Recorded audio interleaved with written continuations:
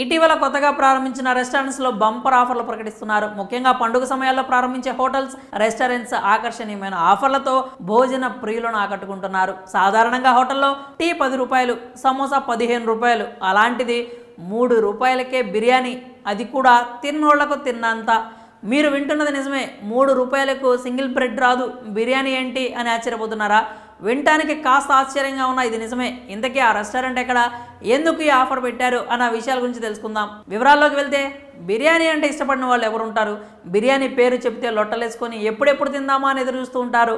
ఏలూరు జిల్లా జంగారెడ్డిగూడెంలో కొత్తగా ప్రారంభించిన అన్లిమిటెడ్ రెస్టారెంట్లో కేవలం 3 రూపాయలకే బిర్యానీ ఆఫర్ పెట్టారు. ఇప్పటికే తాడేపల్లిగూడెం, భీమడోలులో అన్లిమిటెడ్ పేరుతో 2 రెస్టారెంట్లు ఉన్నాయి. వ్యాపారాభివృద్ధిలో భాగంగా జంగారెడ్డిగూడెంలో కొత్త బ్రాంచ్ ప్రారంభించింది యాజమాన్యం. ఈ రెస్టారెంట్ ప్రారంభోత్సవం సందర్భంగా భోజన ప్రియులకు కన్నులు చెదిరే బంపర్ ఆఫర్ ప్రకటించారు రెస్టారెంట్ నిర్వాహకులు. కేవలం 3 రూపాయలు చెల్లిస్తే తినంత బిర్యానీ. వారం రోజుల పాటు చుట్టుపక్కల ప్రాంతాల్లో పబ్లిసిటీ చేశారు.